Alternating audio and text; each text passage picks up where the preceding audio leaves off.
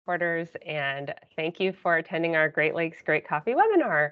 I'm really delighted that we have with us Christoph Brinker from our sister company Ibero, and Christoph is based out of Kenya, but is our contact for both Tanzania and Kenya and some Ugandan coffee as well. And I also have Marceline Butza of Rebuild Women's Hope in DR Congo, Amam Shimie from Sholi Cooperative in Rwanda, and then we're hoping that Alexander from Calico in Burundi will be able to join us at the end. I also am joined by my colleagues, but special shout out to Chelsea and Catherine for help planning this. And just a bit of background of how this came about. We thought we would start with a cupping, and then we realized let's actually have a chance for people to connect with producers and exporters and then request samples. And so this is a chance for each of the groups to speak a little bit about harvest updates, about the specific coffees. Everyone will be at Expo in Portland this year, so if you would like to meet with them, we can arrange a meeting in person. But these coffees are really unique. A lot of our women-produced coffees and women-focused coffees come from Great Lakes, Africa. Many of these coffees have certifications. Historically, we've just sold them as single origin special offerings because they're so delicious. But all these groups also have kind of middle lower grades if people are interested and are wanting to do these coffees as part of a blend. So they're really, really versatile. They have different growing season than many Central American coffees. So the arrival time makes it really interesting.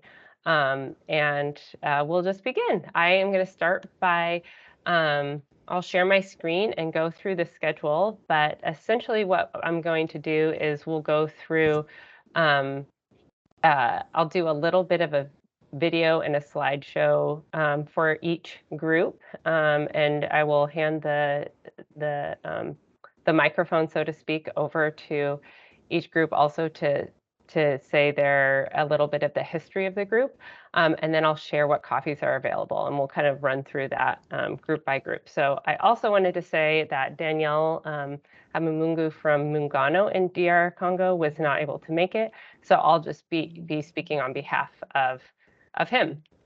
Let me pull up my screen. Actually, instead of the PowerPoint, I'm going to start with the map. So hang tight. Actually, sorry, do this.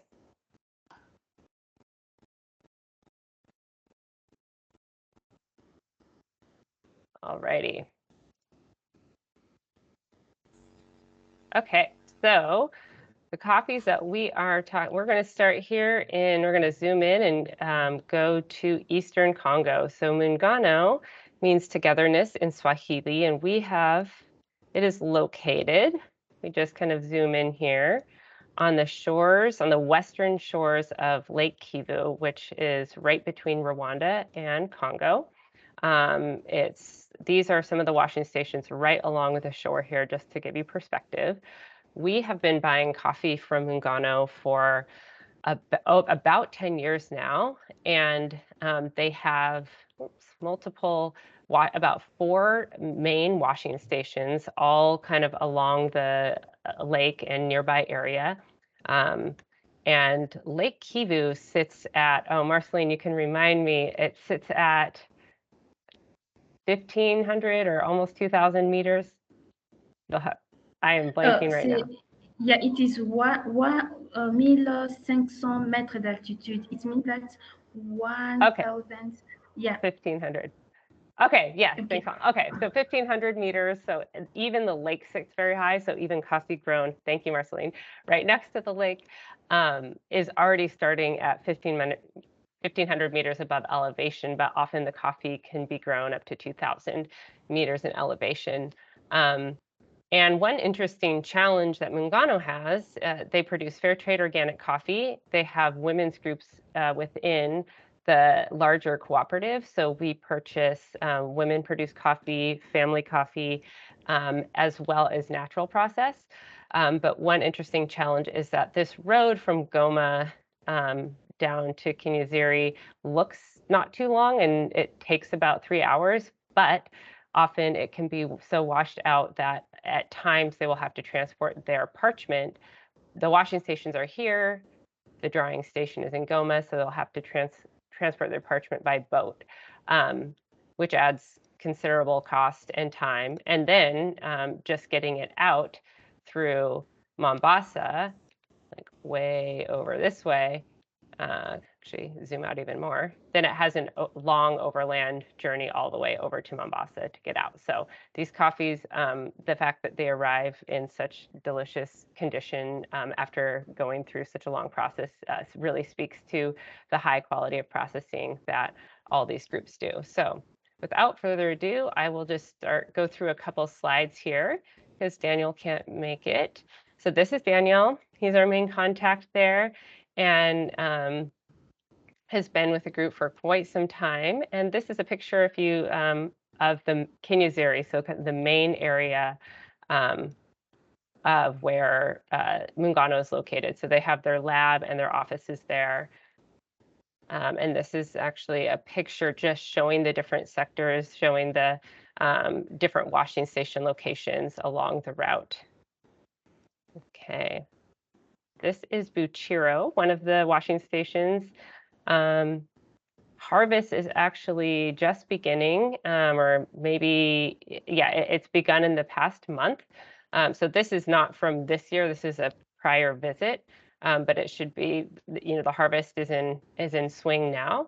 And this is a couple of years ago, they started processing natural processed coffees, which we have seen a big increasing demand for from the region. And so it's been really great to see really from all of the groups a variety of natural processed coffee, which is some of the highest scoring natural processed coffee that we carry.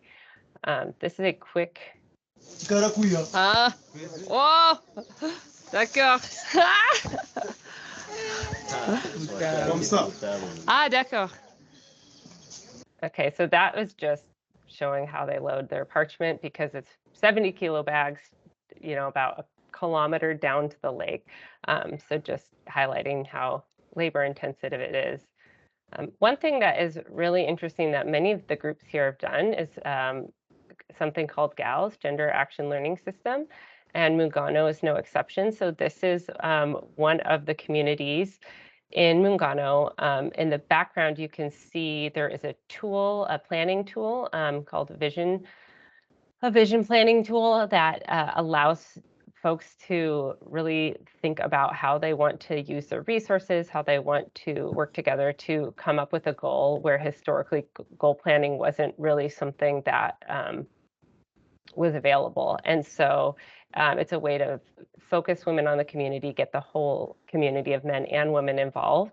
And it's been really neat to see. So for Muungano, one of the projects they did was we pay a premium for their women-produced coffee, but a lot of the women's group didn't know what to do with the money. They hadn't had experience of like, well, what do we do with this extra money? And so through talking about resource planning and what they could do, they decided to come up with a goat project. So a lot of the women's associations within would buy goats and be able to sell them for the goat, use the goat milk or sell them for the goat meat.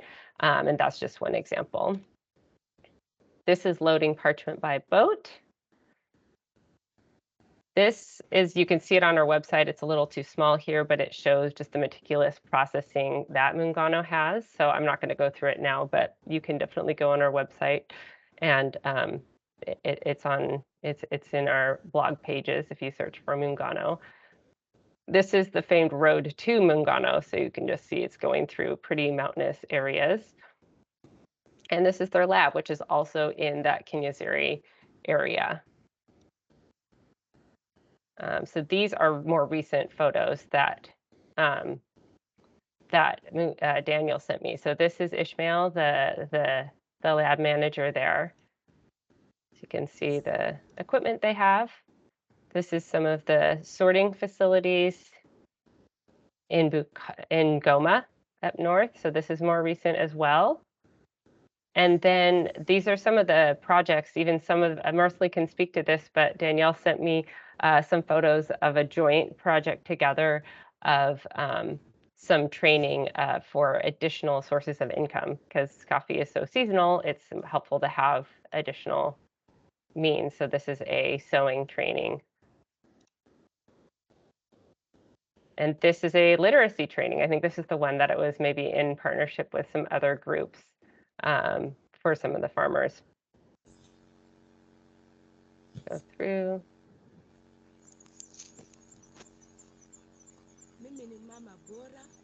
Oh, this is a little quiet.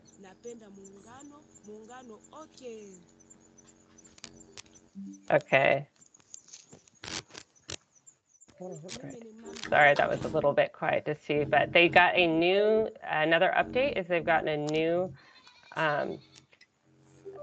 eco pulper. So that was really exciting that this is their new washing station and they have a new eco pulper. And I'm going to skip through the videos right now. I can share them after, just in the interest of time. This is just some of the model farmer training, good agricultural practices training that they've had. So those are some of the quick updates from Muungano. And then I'm just going to share in presenter mode. I know you'll see some of these. But to give everyone an idea, we have some very freshly landed Muungano lots right now. We have the natural, the women produced, and fully washed all at the green room. And then one thing this year that we decided to do for Muungano and Rebuild Women's Hope is buy a fly crop container so that we could have fresh arrivals. These will arrive probably in June or July. And then also try buying some Kivu 4, which historically in Congo, Kivu 4 is like farmer washed instead of centrally washed at the washing station. But both Rebuild Women's Hope and Muungano do such a good quality processing that the Kivu 4 is of really good quality. So it might be an 84 point instead of an 87 or 88 point, but a great option that is a little less expensive, and it gives people a chance to try it in a blend or try it if their budget is such that they can't afford the higher cost ones, and this is a really great option too. We have samples of that available. So now I'm going to pass it on to Amab from Sholi. I'll stop sharing my screen so Amab can introduce himself, and then I'll share it again as he goes through his PowerPoint presentation. So I'll let you take it away, Amab.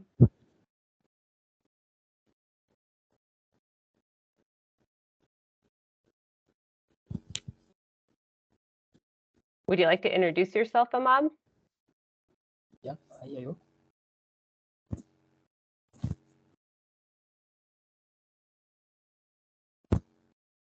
Can you share the okay. I'll just start with the presentation. Yeah. Yep, just one moment.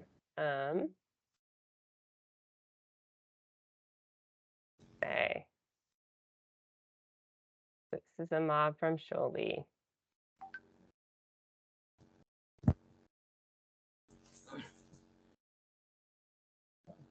Hello, everyone.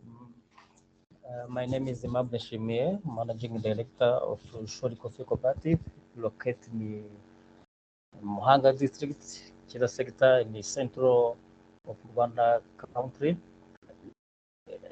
Actually, the cooperative has been created in 2018. Has been created by only 30 women, which has the target to plant and to promote the coffee, because of they don't have any coffee washing station at this region of Shori. And so far they have 2 coffee washing stations, and the members has been increased from 13 women up to 690 coffee farmers. Next.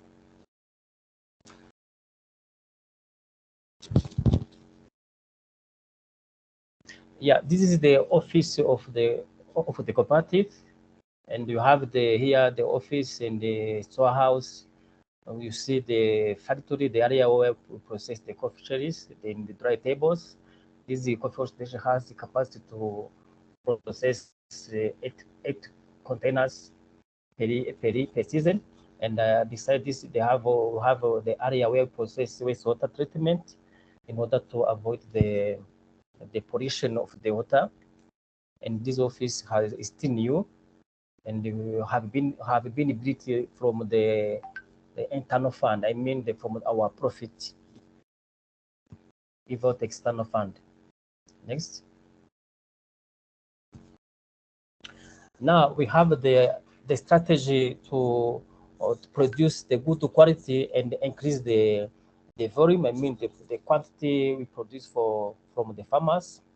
One strategy you have, because of we work as a team. I mean, the farmers, staff management, board committee, all of us will have to think about what the market needs, what the requirement of market at the international marketing about the quality. We have to emphasize to invest in the coffee farming. I mean, to improve the quality from the farm, and then we have also to invest, or we invested in the coffee processing by building the much dry tables and the public dry house in order to dry coffee inside the house, and try to make all effort uh, to deliver or to supply the good quality of coffee at our international coffee buyers. That's why our all teams, we have made the trainings about the quality, about the quality control, the quality assurance, and also about the marketing strategy in order to entice our buyers to buy our coffee. Next. This is the processing we do. We have to harvest red cherry from the farmers, and our farmers know the cherry have to harvest or have to supply to our coffee washing station. We only receive the red cherry, not the yellow one, not the green. Only we process the red cherry. After we float the coffee cherry to the floating tank, and then we supply the floating one, and also those one go down with the good quality, and then we process by respecting the steps of the processing. Now, from the farm, we have tried to plant the shade trees in order to mix in the coffee plantation, as we see here in this picture, in order to facilitate the farmers to protect the quality for the farm. And also, in addition, during the dry season, these different coffee shade trees help the farmers to maintain the water in the soil, because of the like Coriander courtney has importance to maintain the water in the soil, and then the farmers don't have the problem about the dry season.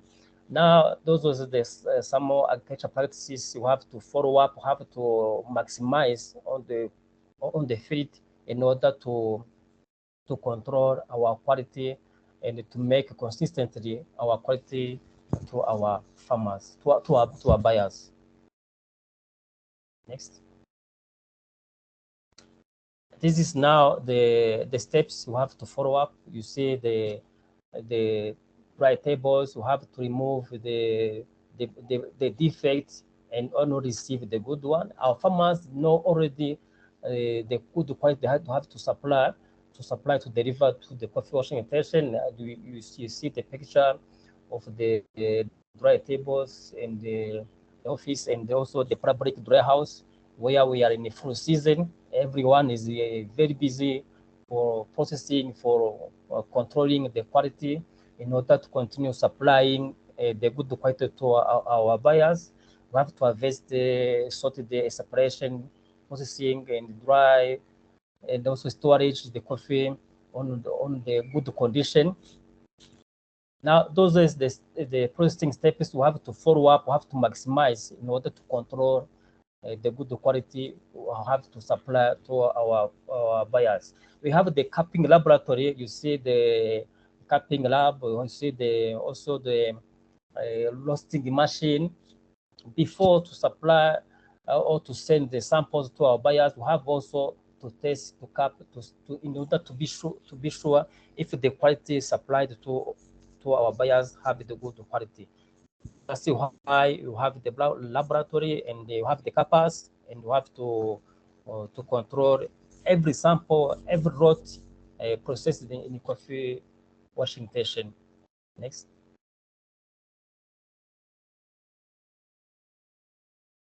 Next. So here you have the different projects or different program. In here at the Free Coffee Cooperative, we have firstly quality traceability. We have to control the traceability of quality from the farm up to coffee washing station, up to logistics, in order to control our, because of we know we are not alone in the coffee business. We have there are other coffee cooperative, other coffee from different corner of the worldwide. That's why we have to make our selling, our unique selling point. We have to make a different in order to sell, to encourage our buyer to buy our coffee. That's why we make policy how we control the quality from the farm. Another thing is the financial stability and social economy. We have to invest the money to the profit to our farmers in order to help them increase the revenue, in order to help them having the second resources. The main one is coffee. How to we can help them to increase the revenue, because of when the farmers supply the coffee to our coffee station, we have to pay money to them, but we have also to train them, to advise them how they can now make different projects in order to increase and to become rich. And another thing is the environmental protection, to conserve natural resources and the existing natural environment in order to protect our environment. Is also a program, and we try to invest money from our profit by preparing the shade trees, and also to help farmers to prepare the compost on their farm. Another thing is the gender quality and the youth integration. You have the many challenges, because of many farmers have 65 years old. That's why we try to interest our youth also to like plant to cultivate the coffee, and also to be involved in the coffee business. Is also the strategy you have to also to interest the youth. We have tried also to buy the land, and then we planted the coffee. Those coffee planted you have now provided to the youth in order to have also, or to be involved in the coffee business. We help them also to do some of the handicraft activities, also to help them to have the income and revenues from the coffee business, and stay in the rural area, not leave rural area to go to the city to find a job. Next. Now, this is the processing method. You see, you have a dryer, public dryer, which means that we dry the coffee inside the house. This is also, you see, we harvest the coffee during the rainy season. Sometimes it's very hard to control the quality when we dry the coffee outside. It's very hard because of when it may rain from morning up to night, but when we dry coffee inside the house, the coffee are very controlled, the quality are very protected. In addition, the public dry house help also to reduce the season workers, and also to try to maximize the price where we build the dry tables. Also, we prepare the coffee nursery every year, and we provide the seedlings to the farmers for free. Our ambition or our target is to increase or to expand the area or the production, and then our farmers will be supervised, also advised to plant and to control to maintain the plantation on the field. We process also the natural coffee. Our natural coffee is very good because of we try to control every day our quality. in order to continue supplying the good quality to our farmers. We have now 3 public dry house, and it's very, very really important. And the quality dried inside the house is very, very high quality. We supply some of our buyers has appreciated this coffee. Now this is now a wastewater treatment area where we control or we treat the wastewater from the washing station in order to avoid the pollution to the river. Besides this, you have a different project. You have tried to also to build the health post center. Health post center is one initiative in order to serve the health service to the community. We have also the nutrition center where we try to facilitate the babies under 3 years old, where the babies have the problem of malnutrition, and then we support them to get the concentrated food and the milk in order to facilitate them to fight against malnutrition. Then we have a different project like also the appear farm promotion where we produce the honey. We facilitate the farmers to get the honey production. Now, when they supply the coffee trees, after they supply also the honey, the cooperative buy the honey, and then they get also the second resources from the coffee and from the honey. We have a different project. We have tried to facilitate the farmer to get the cows. We've targeted to facilitate them to get the manure as we produce the organic, and then they also get the milk from the cows. We have a different project we provided to our farmers in order to facilitate them increasing the revenue and improving life and continue supplying the good quality. This is a summary of the cooperative from Shori. Thank you. Thank you so much, Amab. I am going to share what copies we have available from Sholi now. We have some, as you said, the quality is meticulous and they're very delicious. So if you are interested in samples, we're happy to send them. They all arrived in the last few months and are holding up great. We do have, from the prior crop, we have 10 bags for any bargain seekers on the East Coast, but we also have the freshly arrived lots. We have the FTO family coffee, a natural, and then some women-produced lots as well. So let us know if you'd like samples. And next, I'm sad to say that we don't have Alex from Calico with us right now, but I'm going to share what we have available. This is in Burundi. They also have some women-produced lots, and you'll see in the video I'm going to share that so Calico is a group of private washing stations in Burundi. We've been working with them for, almost a decade now. And their founder, Angèle, who unfortunately passed away this past year, but you'll see her in the video.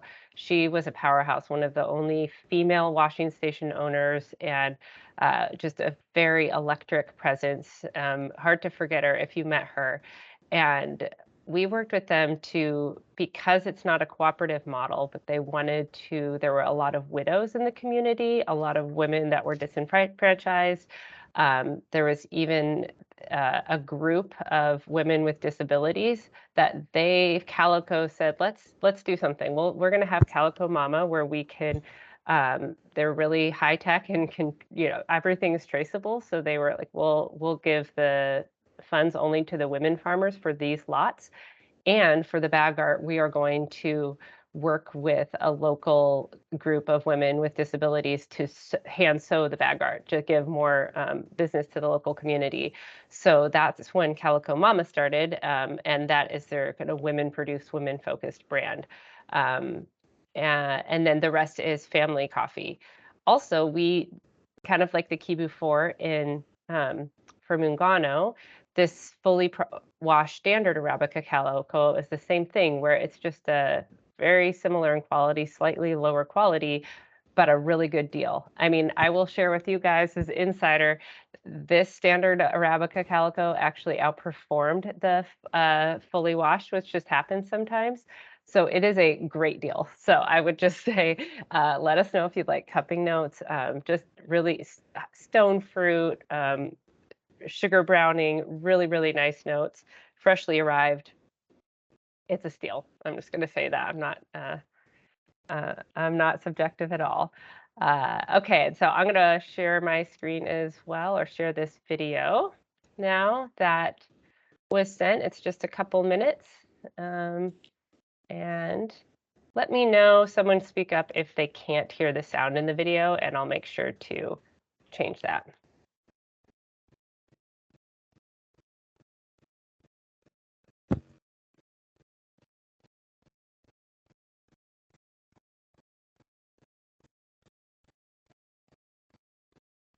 I can't hear the sound. Yeah, I'm not hearing anything there, Susan. Okay, I'm glad that you said that because it's really nice to hear a voice. So we're going to try this again, and if it doesn't work, then I'll chalk it up to my... How about now? There you go. Okay, sweet. Second time. nitwa Cizanje nkaba jewe ndi umupfasoni murundikazi akora utwiwe nkaba ndongoye ishirahamwe ryitwa Kawa Link Company mu mfunyapfunyo Kariko rikaba ryatanguye mu 2012. Mu gutangura naguze amatonorero indwi, 4 muri province Kirundo n'ayandi 3 muri province Muyinga.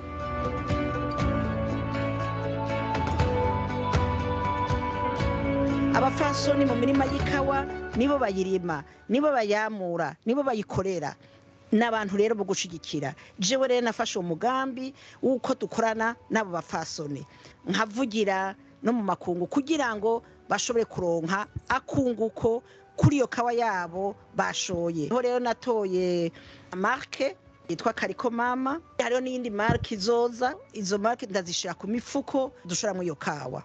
Sinzi ukuntu twahuye n'aba bafasoni bagendana ubumuga, turavugana barambwa ati ibyo bintu twobishoboye. Umwaka no wa gatatu, hanyuma umwaka naho nabazaniye iyindi, no mu mwaka uza nzobazana iyindi kugira ngo nabo bagira kunguko muri ubwo bumuga bagendana, ari abantu bakeneye gushigikira kugira ngo batere imbere. Nitwa Nzokira Bernadette, nkaba nserukira iri shirahamwe ry'abakenyezi n'abakobwa bagendana ubumuga. Twararavye dusanga kuba twariko turakora umwe ari yundi ari iyo ntaco bifasha, niho twiyumvira umugambi wo kuja hamwe kugira dushobore gushira ingufu hamwe, dushobore gukora vyinshi kandi bishobora gushimwa na benshi. Niho twagize amahigwe, uyu mufasoni Cizanje aratumenya, aratuzanira ibintu asanga twebwe turazi gukora n'amaboko, turazi gukora n'imashini, turamubwira ati ivyo bintu twobigerageza. Ntivyari vyoroshe kuvyiga kubikora, twaravyiyumviriye, twarakoze amamodere menshi muga turatinda turabishobora. Twakoze umugore yikoreye ikawa, twararavye hako twoba muri babandi batega amaboko twokora, kuko hariho abantu benshi bibaza ko umuntu amugaye ari umuntu wo gufasha. Ni abantu badushigikira mu buryo bw'uburyo canke no mu kudutera intege. Uyu mufasoni n'ukuri araduha amavarere dukwiriye, aratwereka ko dufise akamaro, ari muri bamwe batera kamo kugira ngo abantu bumve ko hari abantu bariko barakora, uretse ko abantu benshi batazi ko abantu bamugaye bazi vyinshi. Abaguzi bacu dukorana bo hanze n'abandi dushobora kuzoronka ejo bamenye yuko iyo kawa bazoronka ya Kariko yakozwe n'abafasoni kuva hasi gushika hejuru. Turasavye rero bazoze barashira kwa karusho mu giciro bazoza baratanga, bazi yuko bafashije abafasoni. Murakoze.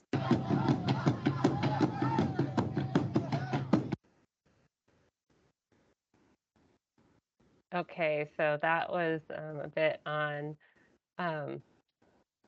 about Calico. It's bittersweet to see Angèle there. She was ever the charismatic person who was the founder, but her son has been working with her for quite some time, Alex, and he will be at Expo with his father.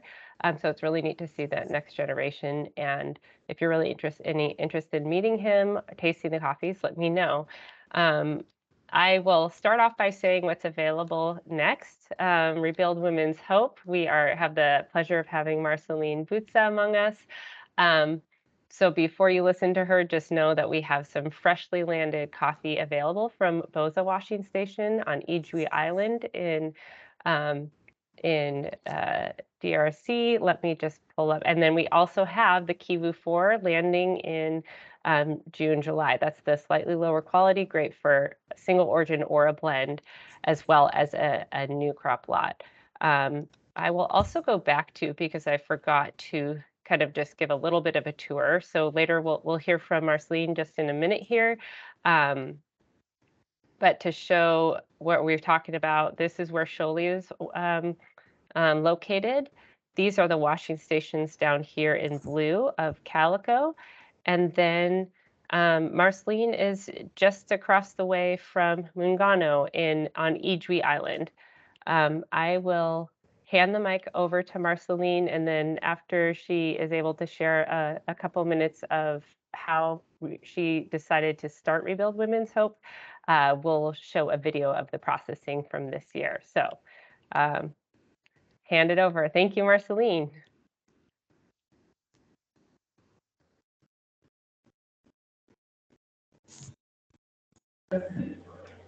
Yes, thank you. My name is Marceline Butza. I'm the president of the board of the cooperative Rebuild Women's Hope. Rebuild Women's Hope is a cooperative of women created in 2013 and located in DRC, Congo, in South Kivu, in Ijwi Island. And in the past, the men say that the coffee culture is not for women, but is the culture of men. And this concept creates something like a challenge, like a discrimination about women and women.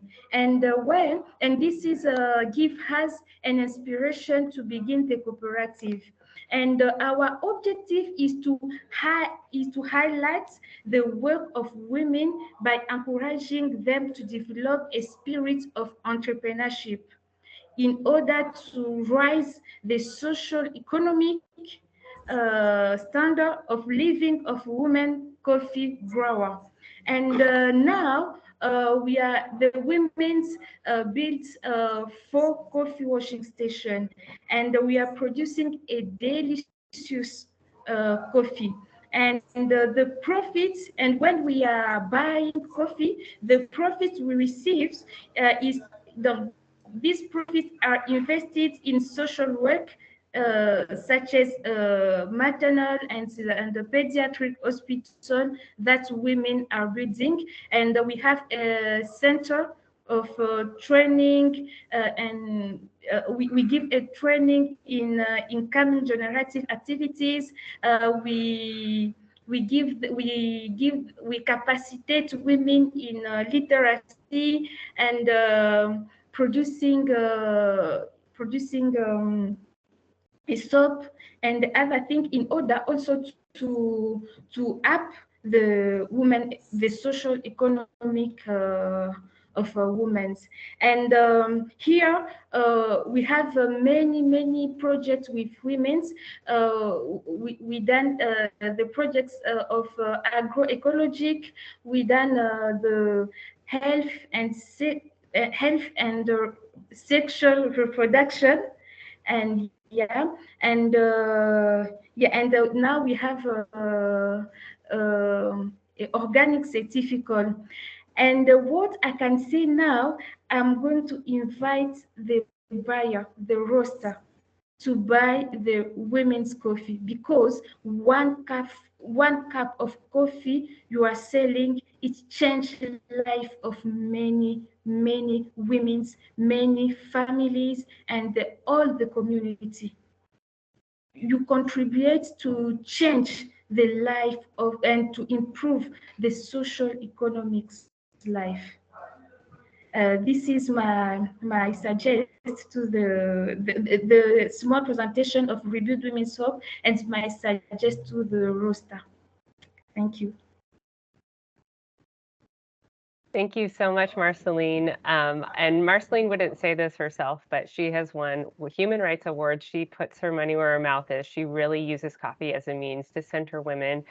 She met the president of Congo the other day for International Women's Rights Day, and everything that she does is to empower women in her community. So I feel honored that we get to work with her. And then, of course, the coffee is delicious. It's not just empowering communities, but the flavors are really good. Those holiday spice, stone fruit flavors, you'll have to see for yourself if you have not sampled it. Marceline sent me some updated videos of harvest this year. I am not a videographer, so this is a joint effort between Marceline and myself to string these videos together. It's just a couple minutes long, so I'm going to share that now, and then I'll pass the mic to our last guest, Christoph, to talk about Kenya, Tanzania, and Uganda. Thanks again, Marceline.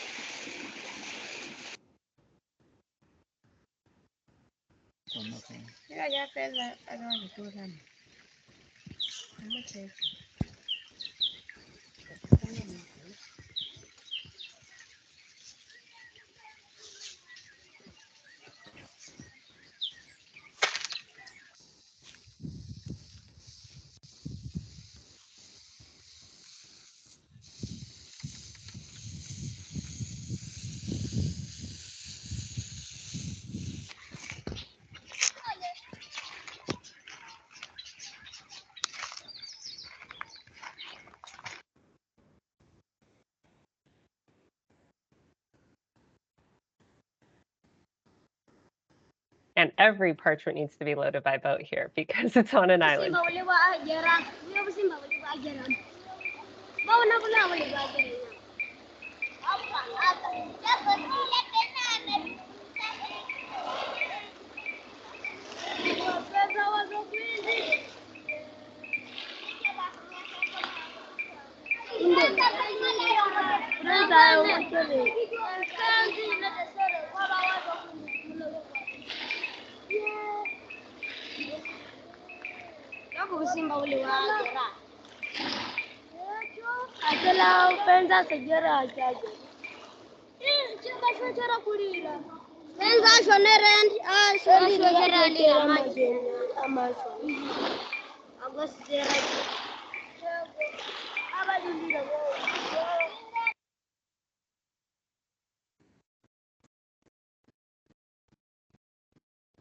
Thank you for, so that was a little bit of updates. Those are all current or recent harvest photos and videos. And finally, I get to pass the mic to my colleague, Christoph. Before I do, I am going to share my screen once more and share the Kenya and Tanzania lots we have available and highlight those. We might go right till 10 a.m. Pacific, maybe a few minutes later to give Christoph time. And then for those who would like, we feel free to stay on for questions for 10 minutes or so. So if you have to leave, we understand, but want to give Christoph enough time to share about Kenya, Tanzania, and Uganda. So real quickly, we have some available spot lots that are a really good deal from prior harvest of Kenya. And then we have 4 fresh crop lots landing later this year. We just kept the pre-ships not long ago. They were delicious. And he may speak a little bit about Bloom, an initiative that is affiliated with those. We also have Tanzania lots just a couple lots that we still have from last year, and then new lots arriving this summer. And you'll notice that we also are starting to bring in natural processed coffees, which is new, I'd say, the last few years or so. Really delicious coffees, a great value. I do not have the Uganda that we have available, but we do have a Uganda Ndele, which he may speak about. It's a profile coffee, so it's a really good alternative to a natural Ethiopia and a really good value as well. And that would be more of a great espresso component. So I will pass it off to Christoph now, who has his own presentation. Hang tight. Perfect. Thank you, Susan. And let me just Great. share my screen. So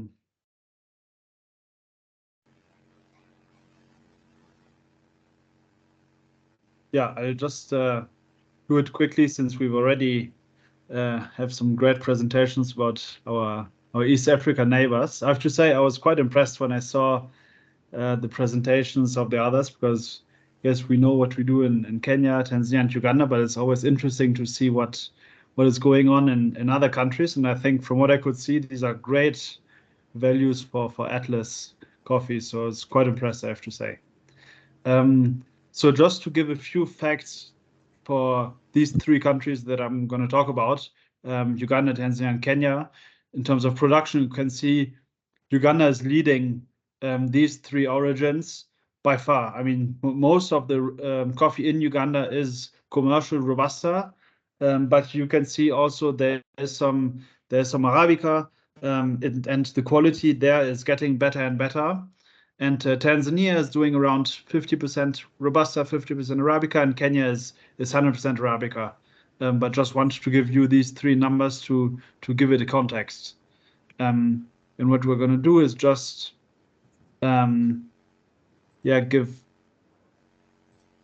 start basically with Tanzania. In Tanzania, we have three different operations. The one that we have is that it's called Tropical Farm Management. It's, as the name already says, a farm management company. So we work with estates, and we most of the time manage or lease the estates, mostly from families who maybe the owners have retired or the kids have no interest in running them. So they come to us, ask for the service, and we do that for them. The second activity we have is a dry milling and warehousing. And basically, we have two dry mills in Tanzania, and that's because the coffee is very dislocated. You have the coffee growing areas all around the country. So we have one warehouse one mill in Moshi and the other mill in Beira. And in Beira is where we focus on our specialty business, where we work with around 30 cooperatives. Historically, there was no fully washed coffee in Tanzania or in southern Tanzania with smallholders. So we went there, showed them how to build washing station, did trainings. We have what we call our supervisors on the ground to train them and maintain the quality. And the third operation we have is called Ibero. That's the export company. And we have our export warehouse in Dar es Salaam, just nearby the port. So it makes it very easy to transship the coffees.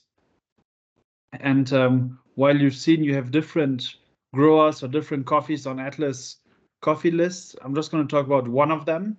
And it's probably one of our strongest partners we have today in southern Tanzania. It's also, I think, the biggest co-op in the region. So it's called ILOMA, and AMCOS stands for cooperative. So it's Agricultural Marketing Cooperative Society. And these guys are very big. They have around 400 members, produce, nowadays more than 2,000 bags. And we've started doing both fully washed and very high quality natural coffees. And what was very interesting is that 2 years ago, we helped them to import an eco-pulper just to be able to produce the volumes and also reduce on the wastewater. And we have been working with this co-op for more than 6 years. And what's very interesting is that the chairman of that co-op, Rashid, is kind of the head behind that operation and is really maintaining the quality, and is the one who's very keen on getting more farmers on board and still maintaining the quality. So here are just a few pictures of the cooperative, you can see farmers in Tanzania. It's very common to use the pulp as fertilizer. They mix it with cow manure. Especially now, since fertilizer costs has really increased, at least here in East Africa. So you will not see any pulp being left at the washing station. Farmers are really utilizing everything they've been given. The second country we're going to talk about is Kenya. Kenya, to be quite open, is our operation where we are the proudest in East Africa, because that's where we have our regional office. You can see in the top picture, that's on the left warehouse is our dry mill, the right warehouse is our export warehouse. And basically, we are the only company in Kenya where everything is under one facility.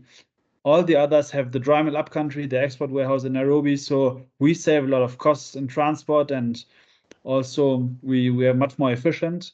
And to run quickly about what we're doing in Kenya, we have 3 companies, and that's because Kenya is probably one of the most regulated markets worldwide. For each and every operation, you need a different license, you need a different entity. So the first company is called Tropical Farm Management, similar to Tanzania. We lease and manage farms, around 8 to 10% of Kenya's production.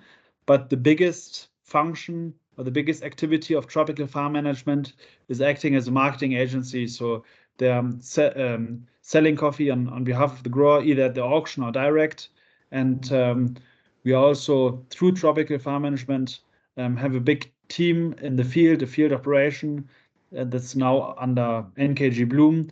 We pre-finance a lot, so we in a year we might pre-finance $5 to $6 million. And the second operation we have is NKG Coffee Mills. So that's the milling and warehousing I was talking about. And as I said, it's the only facility in Kenya where coffee comes as parchment and leaves basically in a closed container. So everything is happening within, you can say, one roof. And the third company is Ibero. That's our export company. And we buy coffees at the auction. And it's today the largest exporter in Kenya. We have the market share of around 30-35%. And an advantage that we have is that basically when, because we have the whole setup, especially talking about the specialty and micro lot business, is that I can taste the coffees the day they're being delivered. And that's a big advantage for customers like Atlas, because if I know Susan wants a particular washing station or a particular farmer, I can taste that coffee and I can, I have the visibility about that coffee before everyone else. So it really helps me to secure coffees to, be more efficient. The coffee we're going to talk about, or the cooperative, is Yego FCS, and that's because Atlas has been buying from Yego ever since they started working with us. Not Yego, but Atlas. Yego, in fact, has been working with us, I wrote, more than a decade, but I think it's probably more than 15 years. So it's one of our strongest relationships we have. In the picture you can see on the right hand is Jacqueline, and she's the CEO of the co-op. And she's very smart and enthusiastic about coffee, and is also a coffee farmer. And she's a really nice person to work with, and she's probably the person behind that co-op. I guess behind every successful business, you have 1 or 2 key people, and she's definitely one of these people at Yego. And you can see they have a lot of members, 7,500. They've been established for more than 60 years ago, and they have 12 washing stations, which makes them pretty big. And also talking of NKG Bloom, we've been this was one of the first co-ops that we worked with, where we started the project as a pilot. Then coming to Uganda, I've just put you a map of Uganda here. Sorry, Yes? just to interrupt. Can you just share 1 minute about what NKG Bloom is for those who are unfamiliar? Definitely. So NKG Bloom is a sustainability initiative, how we like to call it. And it's basically in every origin, in every country is different, just because the regulations, the way how you buy coffee is different.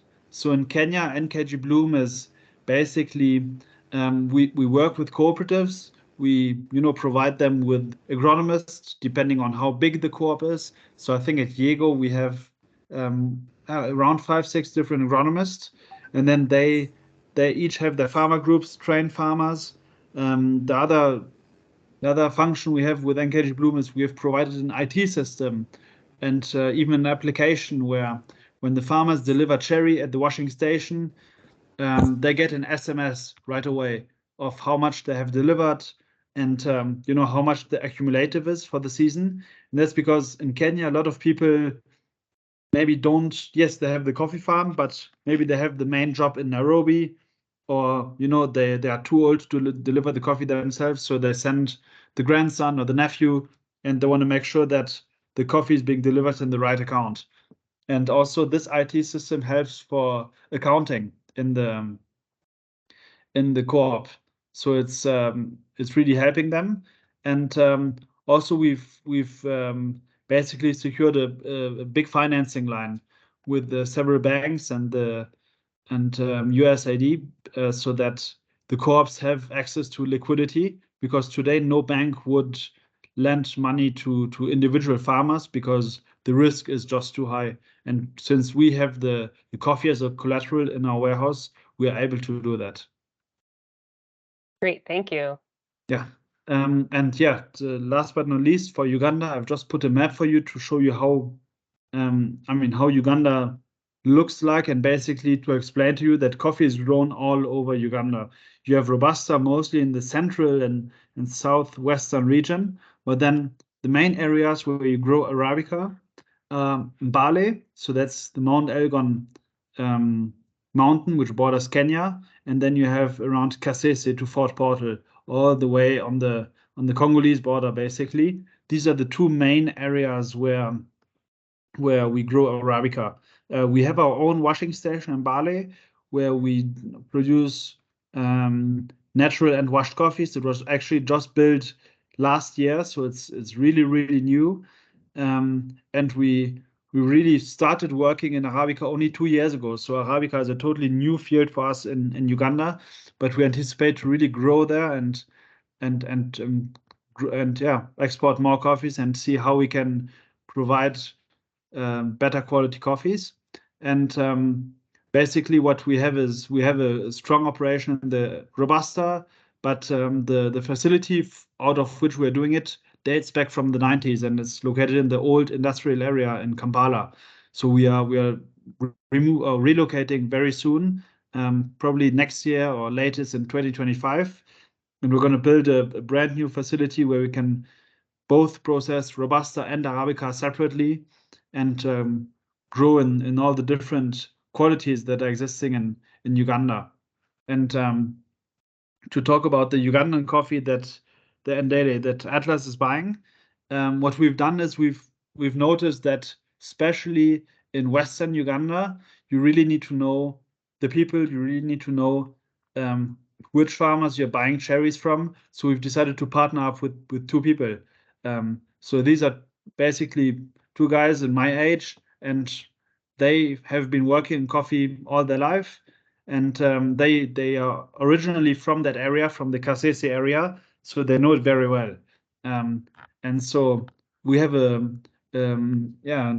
deal with them that they are in charge of sourcing the cherries, processing the coffee. Of course, we have our people there for the quality control, moisture meters and just to report to us. But it's a great partnership. We really work hand in hand. We started in 2021. And now this season, which just has finished, we've done 4 containers. We want to do more in the future, but they also got a pulper from the UCDA, which is the Uganda Coffee Development Authority. So they're building their own washing station. So we will also be able to do fully washed coffees with them.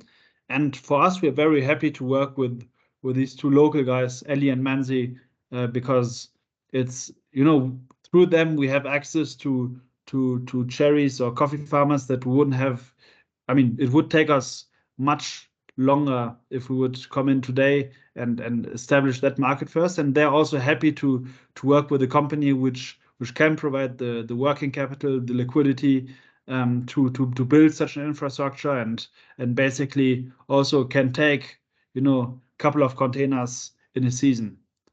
So it's one of our newest but most interesting partnerships we have in East Africa. Yeah, and that's it from my end. Thank you so much, Christophe. I really appreciate it. He's a wealth of information. We'll also be at Expo. Actually, we'll also be in Seattle, so afterwards. So if people are interested in meeting him, let me know. One other thing I did want to mention is we don't have Bukonzo Joint, a longtime cooperative member with us here, because we did a Bukonzo Joint. They're a cooperative in Western Uganda that we've been purchasing from for over a decade. We did an event specifically for Bukonzo Joint a month or two ago, so that's the only reason they're not here. But one thing that I've really appreciated is, first of all, the natural processed coffee we're buying is not in the same, it's in the Kasese region, but not in the same region because it's a fairly large area. It's a couple hour or two south of where Bukonzo Joint is, so it doesn't overlap. And we're able to, of course, we will continue all of our high quality fair trade organic washed coffee with Bukonzo Joint, but it's been really great to be able to work with Ibero to buy the natural processed coffees, and the quality took a marked jump up when we started working with them versus with a different exporter that we had been working with. That was another large exporter. So that's been really neat to see that we can carry both really high quality washed micro lots and then also kind of blender quality, still very good natural process. So as Christophe said, the breadth of coffees available from Uganda is astounding. Thank you all. Thank you for allowing me to go over a few minutes. Thank you especially to Amav, Marceline, and Christophe. And now I'll hand it over to Chelsea. She'll take anyone's questions. Feel free to put them in the chat or just unmute yourself and ask your questions. It can be to the whole group or to an individual person if you prefer. And I think Amber, you had a question for Marceline. I'm not sure if she answered it like throughout the rest of the presentation, but if you want to put it in the chat, you're welcome to do that.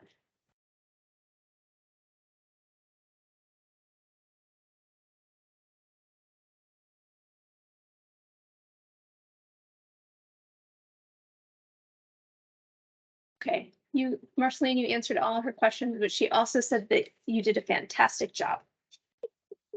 So thank you.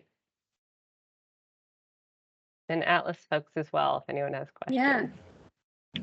Don't be shy. Yeah, thank you. Susan, sorry, my English is not good. It's very, very bad. Maybe Susan can do a translation. It can be good. Okay. Yeah. Yes, you absolutely can, but know that my French is worse than Marceline's English. But I'll do my best. Yeah, the question of Chelsea is what? Sorry. Oh, someone had a positive comment, but I have a question that other people would like to know. So we've worked with Rebuild Women's Hope for several years, and this is the first season of organic certification. So I'm wondering how having certification has positively impacted Rebuild Women's Hope. Yeah.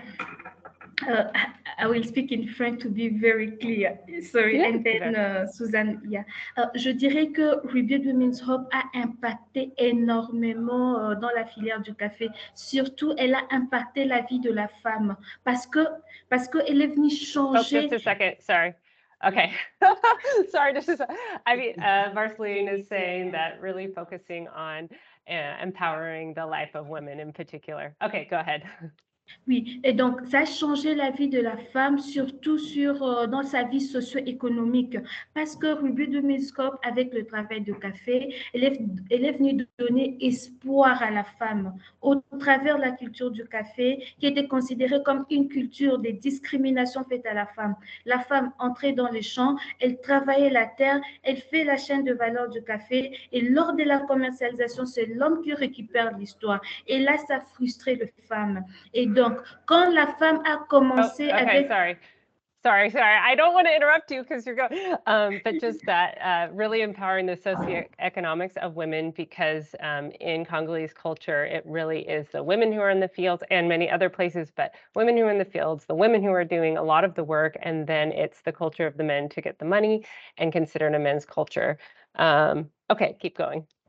Oui, et donc voilà. Et donc avec cette allure de choses, nous avons vu que si on redonne, la culture de café doit redonner de l'espoir à la femme.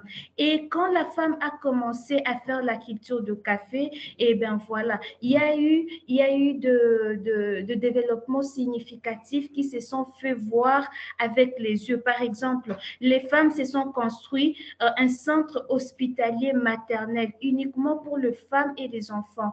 Et pendant la culture de café, et donc là, sur le point de santé, quand même, la femme a où elle peut aller se procurer une bonne santé. Comme vous savez, la culture du café, c'est une culture saisonnière. Et donc, en dehors du café, quand la campagne est finie, la femme est vouée à elle-même. Et du coup, on a eu à construire le centre d'apprentissage de métier. Elle peut fabriquer le pain, elle peut fabriquer le beignet, la coupe-couture et vendre, afin d'être vraiment, vraiment autonome. Et aujourd'hui, avec cette allure de choses, les femmes, et donc, on a vu de développements durables qui se sont passés et dans leur vie et dans la communauté. Car maintenant, là, elles commencent à avoir même des propriétés des terrains, elles commencent à parler en public, elles commencent à régénérer de l'argent et ça lui donne le pouvoir d'achat. Et donc, voilà l'impact de travail de la femme dans le café avec Ruby de Miss Hope. Okay. Thank you, Marceline. I'm going to try to remember all this stuff. It was so good. So really just saying that Rebuild Women's Hope has built a center of maternal and infant health just specifically for women. So there's everything that they're doing is to not only center women, but that is changing women's roles of themselves within the community. And even outside of coffee, there have been initiatives for bread, to bake bread, for soap, for sewing, so that women can feel more autonomous in their life and in their community. And really I mean, it is like Marceline, the name is Rebuild Women's Hope. So it's rebuilding their hope in themselves and their community. And it's outside of just the coffee itself. It's really about the women. And then, did I miss anything, Marceline? I'm sure I missed something. No. Thank you, Suzanne. And then, could you speak a little bit to, have you noticed any impacts of getting the bio certification? Have you noticed any impacts or no? Je dirais que la certification biologique est vraiment très importante pour Rebuild Women's Hope. Pourquoi? Parce qu'elle permet de garder la traçabilité. Elle fait la traçabilité de café, de nos membres, des deux. Elle permet aussi aux membres d'avoir des acquis dans dans les traitements des champs, comment avoir une bonne récolte, comment améliorer le rendement, accroître la productivité. Et donc, ça aussi, et puis ça permet aussi que nous puissions avoir, la quantité. C'est qu'avec les pratiques agricoles, si nous avons fait une bonne pratique agricole qui a augmenté la productivité, ou bien si elle a régressé la productivité. Mais aussi avec ça, elle nous permet aussi, quand nous vendons le café, il y a le peu de revenus qui entrent dans la coopérative et là, nous l'investissons dans le social, surtout de la femme. Super. So Marceline said that it allows to have traceability to the cafe, to the members, and more importantly, knowledge, like the members themselves have a greater knowledge of their fields and their productivity. learning best agricultural practices. And if you learn more of that, then the productivity goes up, or they're able to say, oh, my productivity isn't as high as I want it to be. Here are the best agricultural practices so that it can improve. So that's been helpful. I'm sure I also forgot something, but that was the gist of it, I think. That's wonderful news. Thank you, Marceline, and congratulations. Yes, thank you. Merci Thank beaucoup. you. Thank you, Chelsea. And then are we okay on time still? I would say let's go for a few more minutes, and if people need to leave, they can. Okay, great.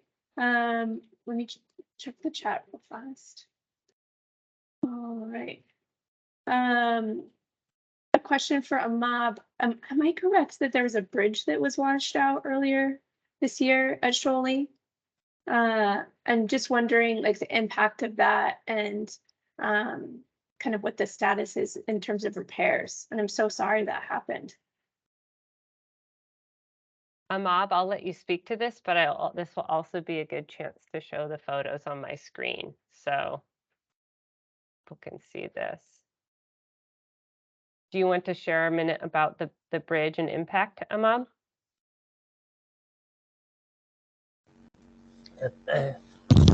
Thank you so much. First of all, we have the problem of the exceptional rainfall, which was happened the beginning of this year and has destroyed the bridge. And it was a very big problem, big challenge, how we can transport the coffee production from the farmers up to the coffee washing station.